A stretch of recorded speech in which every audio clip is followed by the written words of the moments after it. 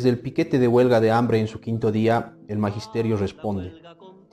El Ministerio de Educación ha lanzado la acusación contra el magisterio de que nuestro rechazo a la imposición del decreto 4260 y a la aplicación de las clases virtuales sería un rechazo en realidad a actualizarnos y a capacitarnos en el uso de plataformas y herramientas tecnológicas. El Ministerio de esta forma pretende reducir el debate educativo a cuestionar la voluntad o no del magisterio para poder modernizar la educación.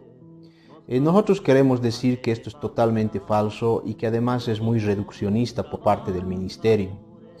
El mismo ministro ha dicho en los medios de comunicación que miles de maestros a nivel nacional se han capacitado y actualizado en el uso de plataformas.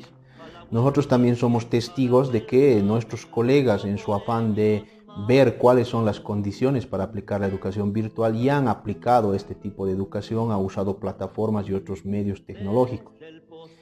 Pero el problema no se puede reducir a esto. El problema de fondo en realidad es que nosotros como magisterio estamos defendiendo el principio de educación única, fiscal y gratuita.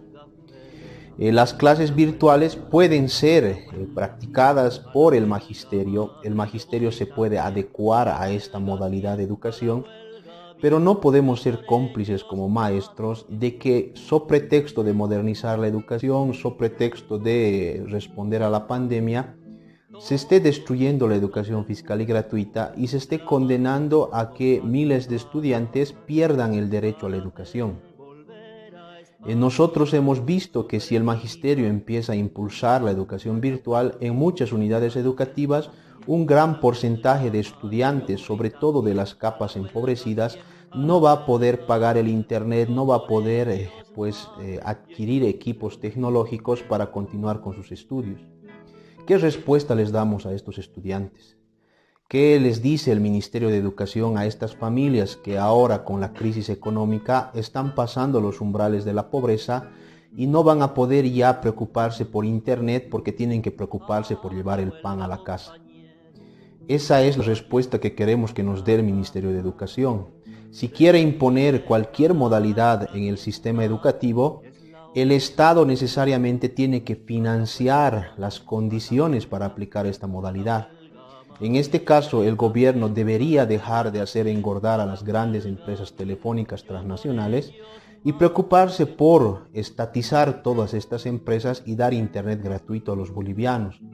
Debería preocuparse por dotar de equipos tecnológicos y recién preocuparse de imponer cualquier modalidad. Otra crítica que hacemos a la educación virtual es una crítica pedagógica. En realidad, ya la educación tenía una crisis profunda por la separación que se hace entre la teoría y la práctica. La separación que existe entre la escuela y la realidad. Los estudiantes lamentablemente no entienden para qué sirven todos los conocimientos que se les imparte en los colegios, porque se les enseña como teoría muerta, lejos de la práctica productiva. En esa medida, ya la escuela con las clases presenciales había fomentado una educación memorística, repetitiva. La educación virtual, lejos de resolver este problema, lo va a profundizar, porque va a romper los pocos vínculos que tenía la escuela con la realidad y va a hacer que la educación parezca mucho más alejada de lo que realmente nos interesa conocer y transformar, que es la realidad concreta. En esa medida, la educación virtual va a profundizar todos los defectos anteriores del proceso educativo y va a generar un tipo de educación tediosa y además de sobrecarga de trabajos, como ya se está viendo en algunas unidades educativas, donde los directores de manera abusiva han implementado ya el avance de la educación virtual sin que exista una reglamentación. Nosotros creemos que esto va a tener como consecuencia la caída de la calidad educativa, que ya se ha profundizado mucho con la imposición de la Ley 070, que también ha causado serios estragos en la misma. En esa medida, creemos que la educación virtual no puede reemplazar al maestro ni puede reemplazar a la educación presencial. Nosotros creemos firmemente que la tecnología, las plataformas, el Internet son solo herramientas que tienen que servir como complemento a un proceso educativo mucho más serio. No puede una herramienta reemplazar al trabajador, así que la educación virtual no puede reemplazar al maestro y su trabajo en el aula. En esa medida, la educación virtual simplemente tiene que utilizarse de mejor forma y estamos nosotros nuevamente ratificando la decisión que tiene el magisterio de hacer escuchar su voz, porque el ministerio está decidiendo todo unilateralmente. El ministro no está pisando tierra, lamentablemente vive en la realidad virtual y no quiere sentarse a dialogar con los actores fundamentales de la educación para poder elaborar un plan de contingencia acorde a la realidad, adecuado, pero además con el consenso nacional.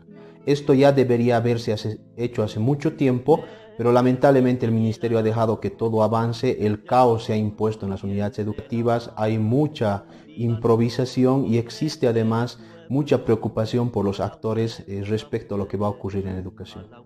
El magisterio ratifica que está rechazando este decreto porque en los hechos significa elitizar la educación, significa discriminar a las grandes mayorías de su derecho a educarse y significa destruir una de las conquistas históricas del pueblo boliviano, que es la educación única, fiscal y gratuita.